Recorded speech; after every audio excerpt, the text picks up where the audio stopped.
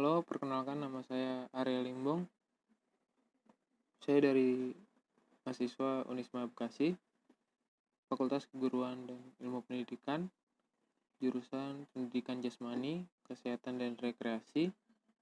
Saya dari kelas paralel 2 dengan NPM 411-821-911-90036. Baik, di sini saya akan menjelaskan perkembangan emosi peserta didik sebagai tugas UAS dari mata kuliah pertumbuhan dan perkembangan peserta didik dengan dosen pengampu oleh Ibu Yunita Lasma Siregar. Baik, langsung saja kita ke slide yang pertama. Pengertian perkembangan atau development adalah bertambahnya kemampuan atau skill dalam struktur dan fungsi tubuh yang lebih kompleks dalam pola yang teratur dan dapat diramalkan sebagai hasil dari proses pematangan.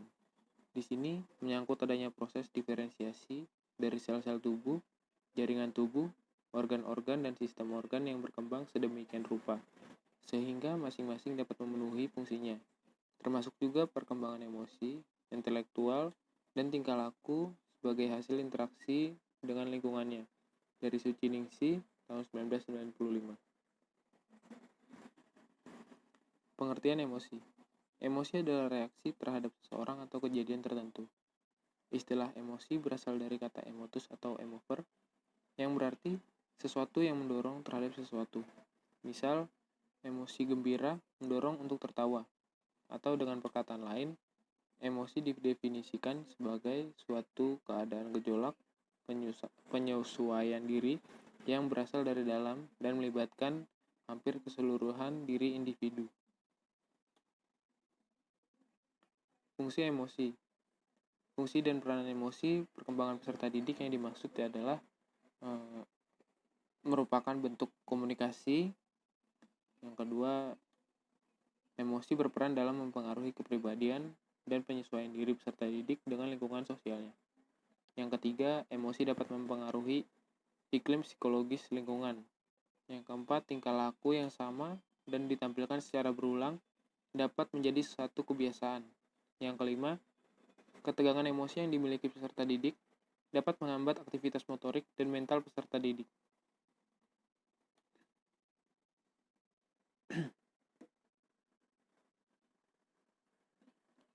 Macam-macam emosi.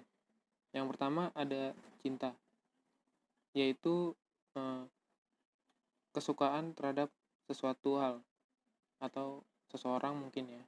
Yang kedua benci, kebalikan dari cinta, yaitu ketidaksukaan terhadap suatu hal juga. Yang ketiga takut, yaitu ketika seorang individu merasa terancam atau dalam bahaya, dia akan merasakan emosi takut. Yang keempat marah, yaitu kekesalan terhadap sesuatu yang diluapkan. Yang kelima malu, yaitu seperti dia menarik diri dari lingkungan dan seperti tidak mau menunjukkan sesuatu dari dirinya sendiri. Yang keenam dengki, hampir sama seperti marah, kesal terhadap sesuatu tapi tidak diluapkan namun hanya dipendam saja. Yang ketujuh cemburu, yaitu seperti merasakan suatu rasa iri terhadap individu lain tentang kasih sayang mungkin. Dia berharap mendapatkan kasih sayang yang sama pula dari individu yang lain. Yang ke-8 gembira, yaitu senang atau bahagia. Yang ke-9 terkejut, yaitu ketika seseorang individu sedang tidak siap akan satu hal, dia akan merasakan terkejut. Yang terakhir 10 itu sedih, itu seperti rasa kehilangan akan sesuatu hal atau ya mungkin seperti itu ya. Konsep dasar perkembangan emosi. Perkembangan emosi remaja menurut Ali M. dan Asrori M. tahun 2004 halaman 67-69. Masa remaja merupakan masa peralihan antara masa anak-anak ke masa dewasa. Pada masa ini remaja mengalami perkembangan, mencapai kematangan fisik, mental, sosial, dan emosional. Secara garis besar, masa remaja dapat dibagi di dalam 4 periode, yaitu periode pra-remaja, yaitu selama periode ini individu tersebut belum mengenal baik apa itu emosi dan juga belum bisa mengartikan emosi tersebut dengan baik. Jadi individu tersebut seperti merasa kaku terhadap satu sama lain dan juga sensitif terhadap satu sama lain karena dia juga belum mengerti emosi orang lain juga. Yang kedua, periode remaja awal.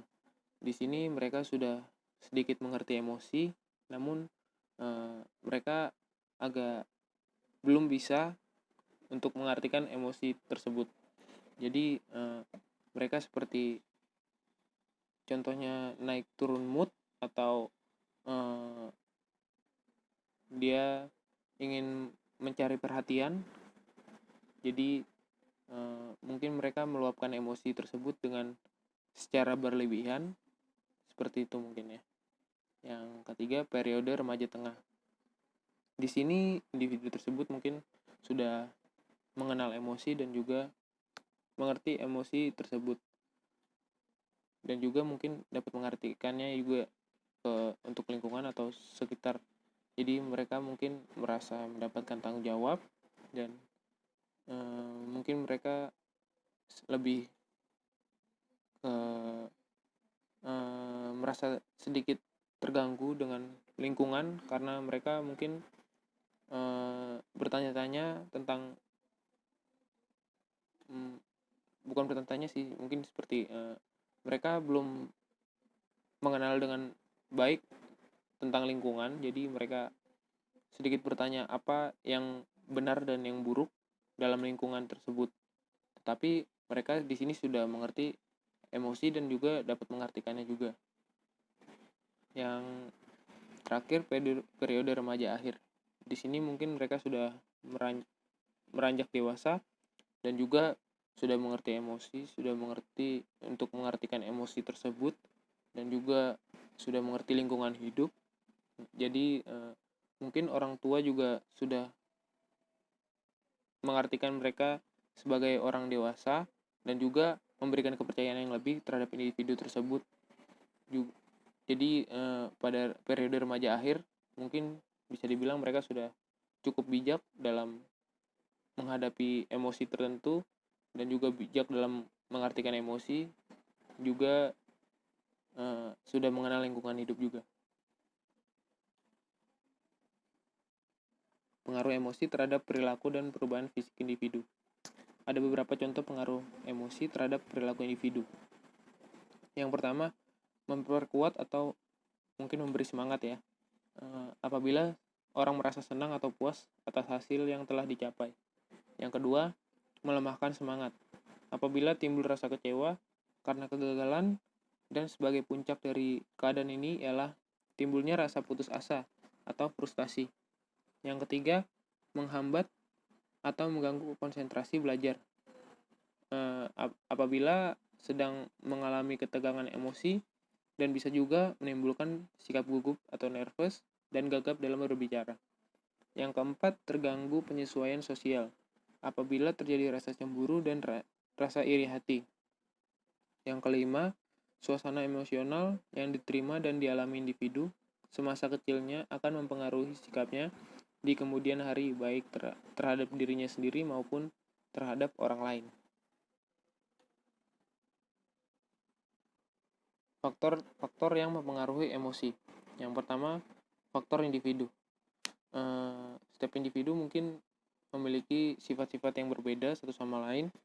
Jadi mungkin sifat individu yang memiliki rasa kepercayaan diri tidak mungkin sama,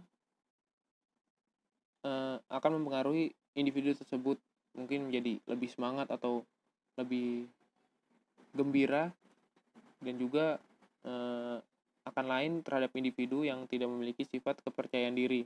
Mungkin dia akan agak lebih lesu atau malas Ya seperti itu. Yang kedua, faktor belajar. Yang pertama itu belajar dengan coba-coba. Di sini mungkin individu tersebut mencoba untuk mengekspresikan diri dalam bentuk perilaku yang memberi kepuasan atas apa yang ia lakukan. Yang kedua, belajar meniru.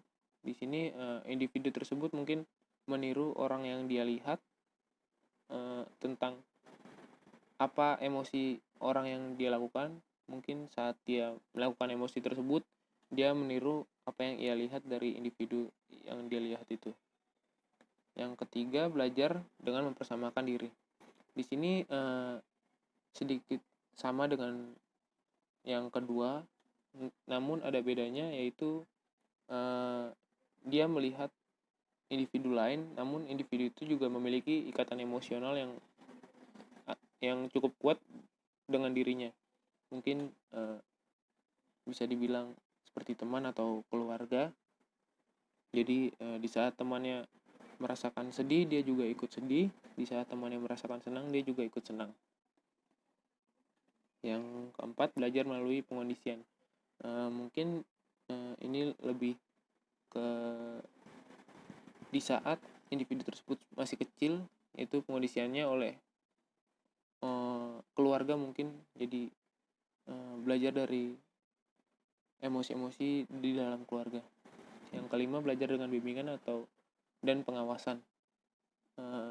Sedikit sama dengan yang keempat ya, melalui pengondisian, namun mungkin di sini individu tersebut tidak di masa kecil, tapi bisa juga di saat dia sudah remaja atau beranjak dewasa, pembimbing atau pengawasnya itu bisa dari teman atau guru atau dosen atau orang tua juga, seperti itu. Konflik-konflik dalam proses perkembangan.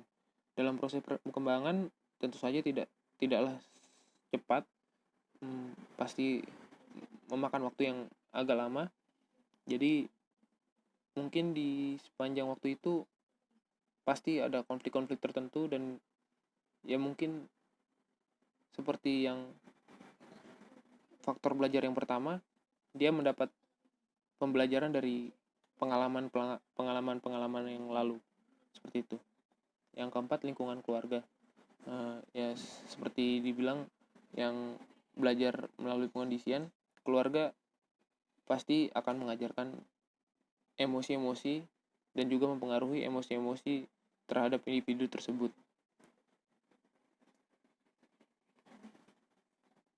Kecerdasan emosi. Komponen kecerdasan emosional, Goleman tahun 2002. Memperluas kecerdasan emosional menjadi 5 kemampuan, yaitu 1. Mengenali emosi diri. 2. Mengelola emosi. 3. Memotivasi diri sendiri. 4. Mengenali emosi orang lain. Yang 5. Membina hubungan atau sosial. Yang pertama, mengenali emosi diri, yaitu di saat seseorang individu dikatakan memiliki kecerdasan emosi di saat dia juga mengenali emosi dirinya,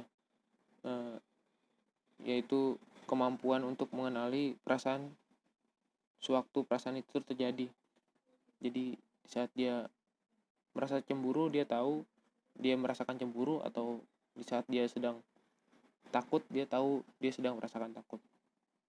Yang kedua, mengelola emosi. Mengelola emosi merupakan kemampuan individu dalam menangani perasaan agar dapat terungkap dengan tepat atau selaras. Yang ketiga, memotivasi diri sendiri. Seseorang individu tersebut sudah mengenali emosi diri sendiri dan juga mengelola emosi, dan mungkin bisa juga mengartikannya. Di sini dia memakai emosi tersebut untuk memotivasi dirinya sendiri untuk mendapatkan prestasi, seperti itu. Yang keempat, mengenali emosi orang lain. Kemampuan untuk mengenali emosi orang lain disebut juga empati. Empati adalah kemampuan untuk memahami apa yang dirasakan oleh orang lain.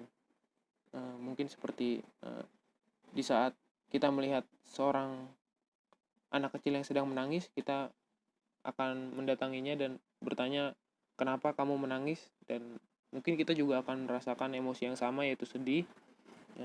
Jadi bisa dibilang seperti itu juga. Yang kelima, membina hubungan atau sosial. Di saat kita sudah mengenal emosi diri, mengelola emosi, memotivasi diri sendiri, dan juga mengenal emosi orang lain, kita pasti akan membina hubungan. Karena apa? Kita hidup di lingkungan sosial, dan pastinya kita akan menjaga tali silaturahmi antara kita dan juga orang lain, dan menjaga hubungan baik agar mungkin kedepannya tidak akan ada konflik yang membuat kita menjadi menjauh. Pasti kita akan menjaga hubungan tersebut karena kita juga sudah mengenali emosi orang lain tersebut. Ya, kurang lebihnya mohon maaf. Sampai di sini saja. Sekian dan terima kasih.